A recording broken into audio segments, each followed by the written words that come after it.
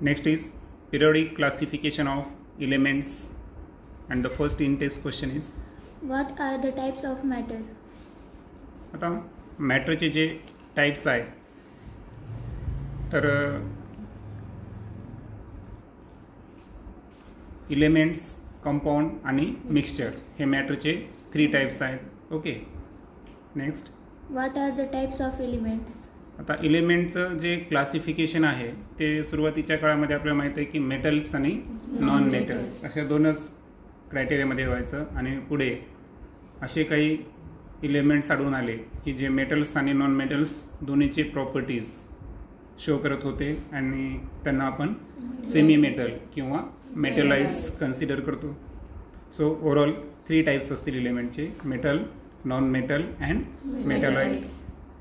What are the smallest particle of matter called? आता मॅटरच्या smallest पार्टिकलला आपण काय म्हणू, तर हे मॅटरवर डिपेंड आहे. इलेमेंट जर असेल तर त्याच्या स्मॉलेस्ट पार्टिकलला आपण ॲटम म्हणू, आणि जर कंपाऊंड किंवा मिक्सचर असतील तर त्यांच्या स्मॉलेस्ट, जनरली तर मिक्सचरला म्हणतच नाही आपण, कारण मिक्सचरमध्ये कॉम्बिनेशन नसतंच, परंतु कंपाऊंडमध्ये डेफिनेट प्रपोर्शन असते इलेमेंटचं. तर कंपाऊंड किंवा मिक्सचरचे ठीक आहे आपण ॲज युजल घेऊ, तर त्यांच्या स्मॉलेस्ट पार्टिकलला आपण काय म्हणतो, molecules. What is the difference between the molecules of elements and compounds? आता इलेमेंटचे जे मॉलिक्युल्स असतात तर त्यांना आपण काय म्हणतो, ॲटम म्हणतो, बरोबर. आणि ॲटम हे इनडिस्ट्रिक्ट, ॲटमच्या बऱ्याच प्रॉपर्टीज आपण डिस्कस केल्या आहे अगोदर. स्ट्रक्चर ऑफ ॲटम्स जे चॅप्टर होतं आपल्या स्टँडर्ड 9मध्ये, 8मध्ये सॉरी. तर यामध्ये आपण डिटेलमध्ये पूर्ण एक्सपेरिमेंट्स जे आहेत, तर पूर्ण अणूंची जी रचना आहे ते आपण अभ्यासलेली आहे. आणि कंपाऊंडचा जो स्मॉलेस्ट पार्टिकल असतो तर तो आहे मॉलिक्युल्स. आता इलेमेंट्स आणि कंपाऊंड्स या दोघांना जर आपल्याला क्लासिफाय करायचं असेल तर डेफिनेटली इलेमेंट्सचं स्मॉलेस्ट पार्टिकल हा ॲटम आणि कंपाऊंडचा स्मॉलेस्ट पार्टिकल मॉलिक्यूल हा एक मेजर पॉईंट आपण इथं घेऊ शकतो. Next is classification of elements. We have learnt in the previous standard that all the atoms of an element are of only one type. आता या अगोदरच्या स्टँडर्डमध्ये आपण पाहिलं आहे की इलेमेंटचे जे सर्व ॲटम्स असतात ते सर्वच्या सर्व ॲटम्स हे एकाच टाईपचे असतात. जसं की आपण सोडियम मेटल घेतलं तर सोडियम मेटल हा एक स्वतः इलेमेंट आहे, आणि सोडियमचे मेटल्समध्ये जेवढे प्रेझेंट असणारे ॲटम्स असतील, सो सोडियमच्या आपण एक मेटलचा पोर्शन घेतला आणि त्यामध्ये प्रेझेंट असणारे सर्व ॲटम्स हे सर्वच्या सर्व एकाच टाईपचे असतील. Okay. Today 118 elements are known to the scientific world. आणि आज रोजी जर पाहिलं आपण तर युरेनियमपर्यंत 92 पर्यंतचे नॅचरल एलिमेंट्स, आणि तिथून पुढे जे 26 एलिमेंट्स आहेत सिंथेटिक किंवा ज्यांना आपण लॅबोरेटरीजमध्ये तयार केलं, तसे मिळून सायंटिफिक वर्ल्डला आज रोजी किती एलिमेंट्सचं नॉलेज आहे, 118. आणि त्यावरच आधारित आपली मॉडर्न पिरियडिक टेबल जे आहे MPT हा डिपेंड आहे. However, around year 1800 only about 30 elements were known. परंतु 18व्या शतकाच्या जवळपास जर पाहिलं आपण तर शास्त्रज्ञांना फक्त किती मूलद्रव्यांचा शोध लागला होता, ओनली 30 एलिमेंट्स स्टार्टिंगला. More number of elements were discovered in the course of time. आणि टप्प्याटप्प्याने जर पाहिलं आपण तर पुढे आपण पाहणारच आहोत की डोबेरायनर्स, न्यूलँड्स, त्याच्यानंतर मेंडेलिव्स, त्यानंतर हेनरी मोसले यांनी टप्प्याटप्प्याने एलिमेंट्स शोधत गेले, आणि त्यानंतर ती संख्या टप्प्याटप्प्याने डिस्कवर नंतर 118 पर्यंत पोहोचली. More and more information about the properties of these elements was gathered.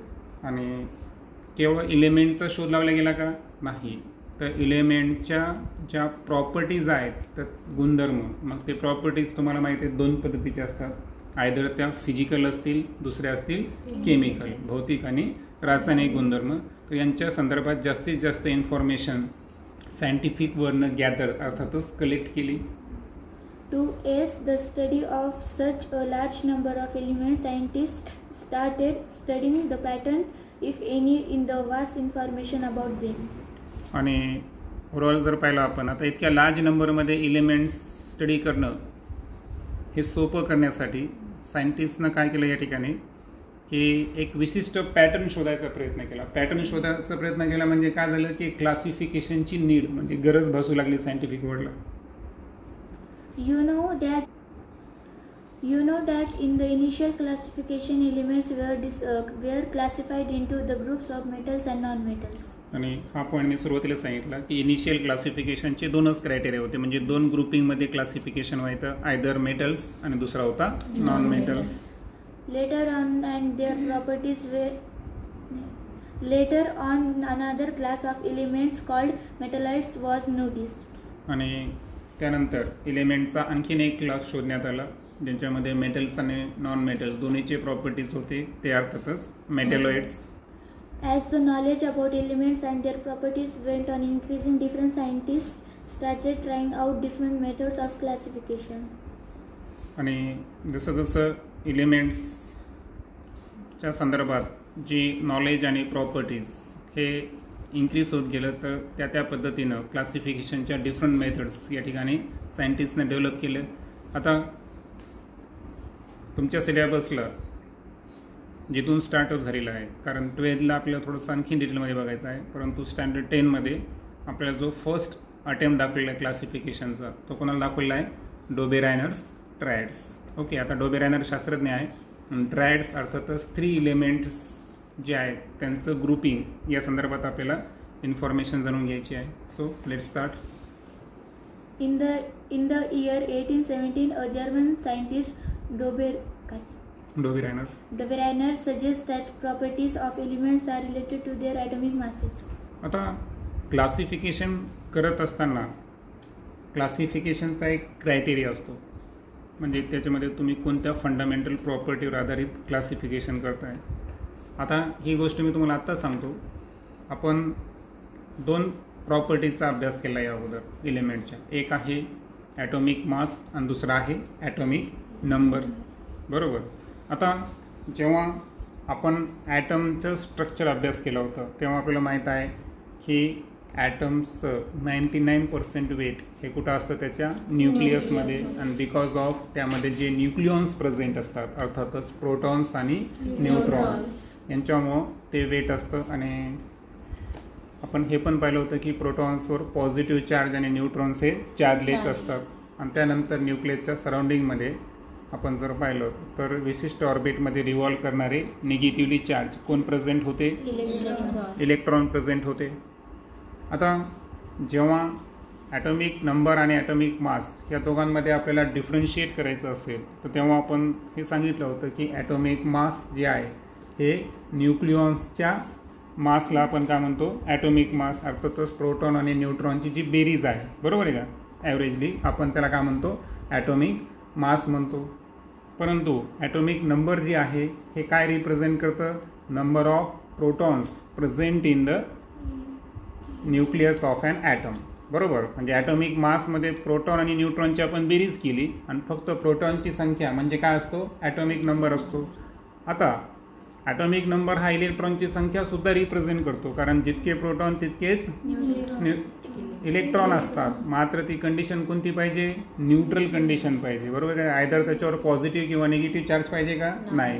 तर न्यूट्रल कंडिशनमध्ये ॲटॉमिक नंबर हा प्रोटॉन आणि इलेक्ट्रॉनची संख्या काय करतो, रिप्रेझेंट करतो. मग आता झालं काय की डोबेरायनर्स, त्याच्यानंतर न्यूलँड्स, त्याच्यानंतर मेंडेलिव्स, हे जे तिन्ही सायंटिस्ट आहे ना, या तिन्ही सायंटिस्टने क्लासिफिकेशनचा प्रयत्न केलेला आहे, परंतु त्यांची फंडामेंटल प्रॉपर्टी काय आहे, ॲटॉमिक मास. परंतु पुढे हेनरी मोसले ज्यांनी मॉडर्न पिरियोडिक टेबल तयार केलं तेव्हा त्यांनी क्लासिफिकेशनचा क्रायटेरिया ॲटॉमिक मास न कन्सिडर करता त्यांनी काय कन्सिडर केला, ॲटॉमिक नंबर कन्सिडर केला. आणि त्याच्यामुळं मॉडर्न पिरियोडिक टेबल जो आहे त्याची फंडामेंटल प्रॉपर्टी काय आहे, ॲटॉमिक नंबर. मात्र डोबेरायनर, न्यूलँड्स, मेंडेलिव्ह या सर्वांची क्लासिफिकेशनची फंडामेंटल प्रॉपर्टी काय होती, ॲटॉमिक मास होती. Okay. He made groups of 3 elements, each having similar chemical properties, and called them triads. आता 3K मराठीमध्ये म्हणतो आपण त्याला ट्रायड्स. तर ॲक्च्युअल ट्रायड्स काय आहे, तर ट्रायड्स हे डोबेरायनरने तयार केलेल्या 3 एलिमेंटचा असा ग्रुप आहे की त्या तिन्ही एलिमेंटच्या केमिकल प्रॉपर्टीज काय असतील, सारखे असतील. रासायनिक गुणधर्म सारखे असणाऱ्या 3 मूलद्रव्यांचा एक गट, ज्याला आपण ट्रायड्स म्हणू.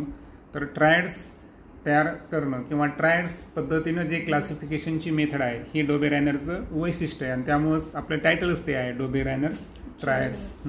He arranged the 3 elements in a triad in an increasing order of atomic mass and showed that the atomic mass of the middle element was approximately equal to the mean of the atomic masses of the other 2 elements. आता जेव्हा आपण Dobereiner ट्रायडचं statement लिहू, law लिहू, आता हिनं जे read केलं हे आपलं काय आहे, स्टेटमेंट आहे किंवा लॉ आहे. ओके. आता पहिल्यांदा एक पॉईंट लक्षात घ्या. आता हा लॉ कुठून आहे, तर याला थोडंसं चेंज बी करावं लागतं. चेंज कसं करावं लागतं मी अगोदर स्पष्ट करतो.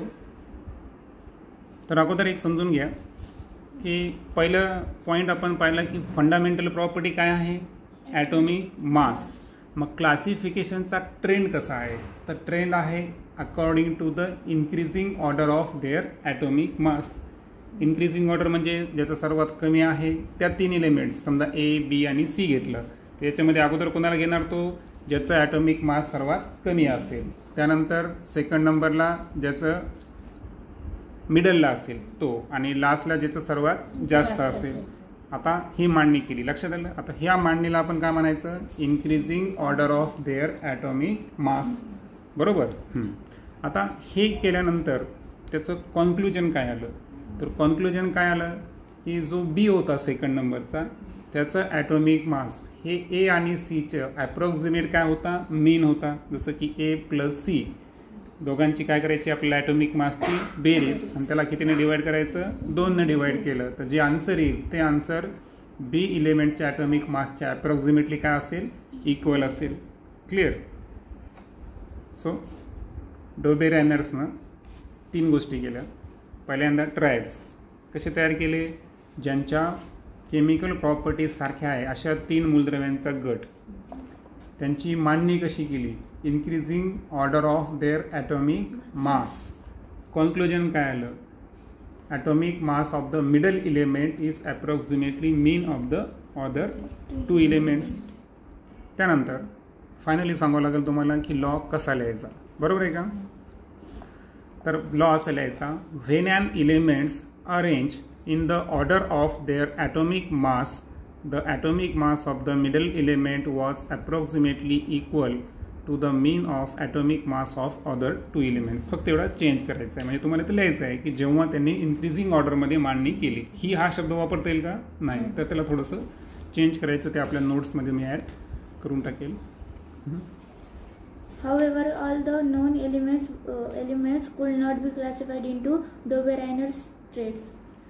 आता असं जरी असेल, आता बऱ्याच वेळेस काय होतं माहिती आहे का, इथून पुढे आपल्याला काय करायचं आहे की जो काही लॉ आपण शिकायलो त्या लॉचा आपल्याला ड्रॉबॅक्स किंवा लिमिटेशन समजून घ्यायची आहे. ड्रॉबॅक्स ज्याला आपण कमतरता म्हणू आणि लिमिटेशन ज्याला आपण मर्यादा म्हणू. ओके. बरोबर.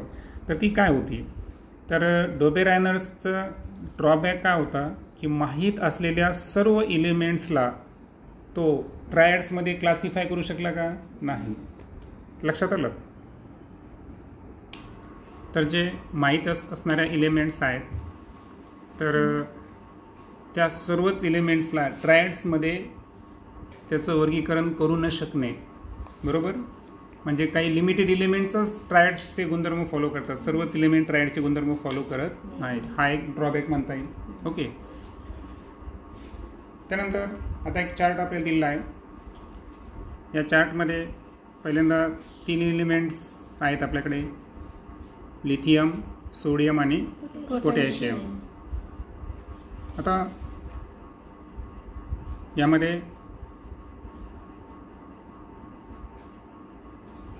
एलिमेंट 1 जो आहे लिथियम त्याचा ॲक्च्युअल ॲटॉमिक मास किती आहे, 6.9.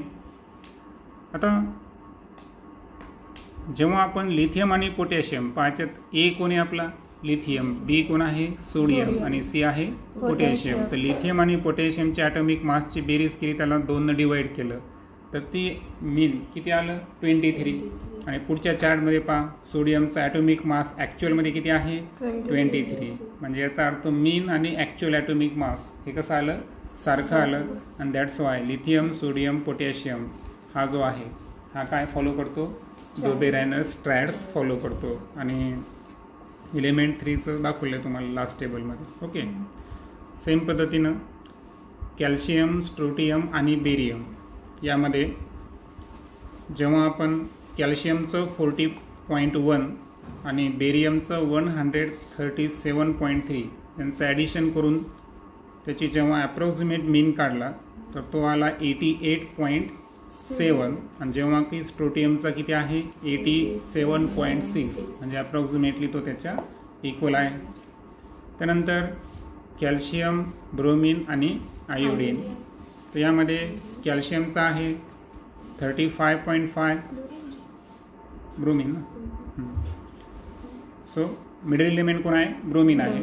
ते काढताना आपण क्लोरीनचे 35.5 आणि आयोडीनचा 126.9 या दोघांचं ॲडिशन करून मीन काढला तो आला 81.2 आणि ॲक्च्युअलमध्ये ॲटॉमिक मास जे आहे ब्रोमिनचं ते किती आहे 79.9. तर अशा पद्धतीनं म्हणजे तंतोतंत नाही पण ॲप्रॉक्सिमेटली जे हे काय करतात हे जे 3 एलिमेंटचे आहेत ट्रायड्स तर हा एक क्लासिफिकेशनचा फर्स्ट अटेम्प्ट होता आणि फंडामेंटल प्रॉपर्टी होती ॲटॉमिक मास. ओके, आता तुम्हाला जे खाली एक ॲक्टिव्हिटी दिली आहे ती ॲक्टिव्हिटी आपण घेऊन टाकू. Identify Doberanus traits from the following group of elements having similar chemical properties. आता आपल्याला डोबेरायनस ट्रायड्स जे आहेत ते आयडेंटिफाय करायचे आहेत.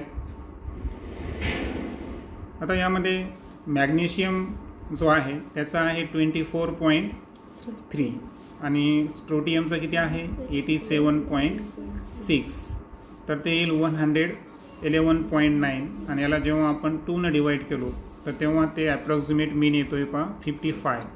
मग आता मला सांगा मॅग्नेशियम कॅल्शियम आणि स्ट्रोटियम हे डोबेरायनस ट्रायड्स फॉलो करतात का नाही.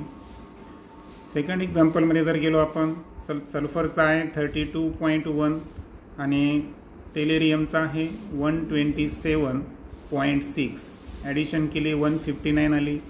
त्याला जर आपण 2 डिवाईड केलं तर ॲप्रॉक्सिमेट आला 79.85 आणि जेव्हा की सेलेनियमचं किती आहे 79 म्हणजे जवळपास आहे. म्हणजे जो सेकंड दिलेला आहे तो काय करतो ट्रायड्सचा रूल्स फॉलो करतो.